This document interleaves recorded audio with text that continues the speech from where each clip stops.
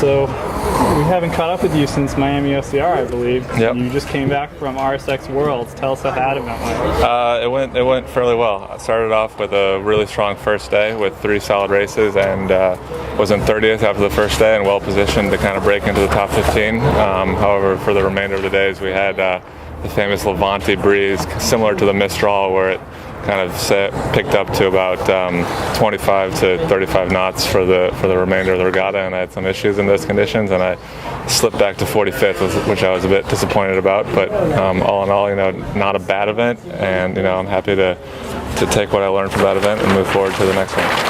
Yeah, it seems like good preparation for this regatta, where we've had basically 5 or 6 straight days of 25 plus. Yeah. Now, when you're sailing, especially racing in RSX in that kind of condition, is it tough to focus on the tactical situation, or are you really just zoomed in on boat speed the whole time? Yeah, exactly. It's very hard to sail, tactically sound and keep your head out of the boat, because you're so focused on boat speed, which is essentially our number one priority. And here, especially with the Mistral, it's been really shifty, really choppy and really windy. So.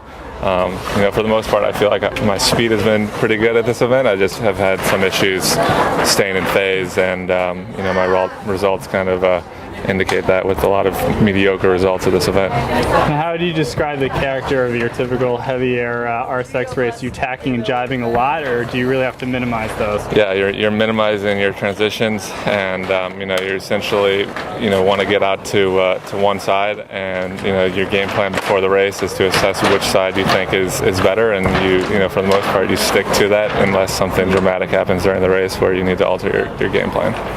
So yeah, essentially two to 3 tacks on the upwind, and 1 to 3 jibes on the downwind. Now, unlike a lot of other classes where it's less physically demanding on a light air day, it seems like the RSX is just as much, if not more, physically demanding on the light air day. So what do you have to do to get the board moving? So in conditions like what we have today, with the breeze less than 12 knots or so, we're pretty much, we're pumping our sails around the course to help propel ourselves, and pumping, going fast in these conditions is a function of technique, power, and fitness. So essentially, the harder and faster you pump, in some regards, the faster you go.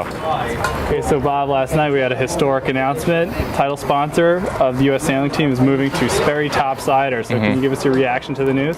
Yeah, I'm incredibly excited about that. Sperry Topsider is, a very recognizable brand in the U.S., and I'm looking forward to seeing what they can do to help us win medals in Weymouth this year. All right, Bob, thank you very much, and good luck. Thank you.